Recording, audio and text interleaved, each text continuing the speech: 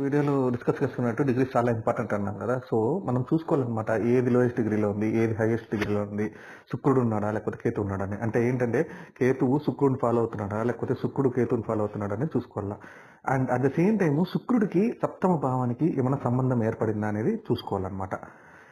Next point, third point ఏంటంటే శుక్రుడికి ఏమన్నా 6, 8, 12 హౌసెస్తో కూడా కనెక్షన్ ఏర్పడిందా అనేది చూసుకోవాలా.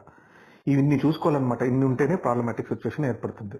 మెయిన్ థింగ్, ఒక మ్యారేజ్ అనేది బ్రేక్ అవ్వాలంటే డెఫినెట్గా సప్తమాధిపతికి 6, 8, 10, 12 భావాలతో ఖచ్చితంగా హౌసెస్ కనెక్షన్ ఏర్పడుతుంది. And at the same time పాపగ్రహాల యొక్క దృష్టి కూడా ఏర్పడాలి. ఇవంతా ఏర్పడకుండా మ్యారేజ్ బ్రేక్ అయిపోతుందని చెప్పడం అనేది చాలా చాలా తప్పు. జస్ట్ బై లిపింగ్ ఇంటూ లైక్ శుక్రుడు కేతు కంజంక్షన్ ఉంది అని మనం డిసైడ్ అయిపోతే అది చాలా చాలా చాలా తప్పు అనమాట. బట్ కాకపోతే ఒక ప్రాబ్లం అయితే ఉంది. శుక్రుడు కేతు కంజంక్షన్ ఉన్నప్పుడు డెఫినెట్లీ వాళ్ళకి ఫైనాన్షియల్గా ఇబ్బంది ఉంటుంది.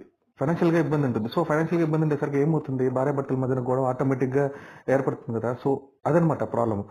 దాంతోపాటు ఏంటి, ఈ కాంబినేషన్ ఉండే వాళ్ళు ఫీలింగ్స్ని వాళ్ళు ప్రాపర్గా షేర్ చేయరు. ఎప్పుడైనా కూడా మ్యారేజ్ రిలేషన్షిప్ స్ట్రాంగ్గా ఉండాలంటే ఇద్దరు friendly relationship and healthy relationship ఖచ్చితంగా మెయింటైన్ చేయాలి. సో ఇక్కడ వాళ్ళకి ప్రాపర్గా కన్వే చేయడానికి కుదరదు అనమాట. అదొకటి. ఇంకోటి, డిటాచ్డ్గా వాళ్ళ పాటికి వాళ్ళు ఎక్కడో వైరాగ్యంలో ఏదో ఫీలింగ్లో ఏదో దీంట్లో ఆలోచించుకుంటూ ఉండిపోతారు అనమాట. సో దీనివల్ల మాత్రమే వాళ్ళిద్దరి మధ్యన మనస్పర్ధలు ఏర్పడి గొడవలు పడడానికి ఇబ్బంది ఉంటుంది, డిస్టర్బెన్సెస్ ఏర్పడడానికి ఇబ్బంది ఉంటుంది. అంతే తప్ప just by having this conjunction, శుక్రుడు కేతు కంజంక్షన్తో మనం చెప్పకూడదు మ్యారేజ్ బ్రేక్ అయిపోతుంది అనేది. That is the conclusion. And next వీడియోలో మనము రెమెడీస్ గురించి డిస్కస్ చేసుకుందాం.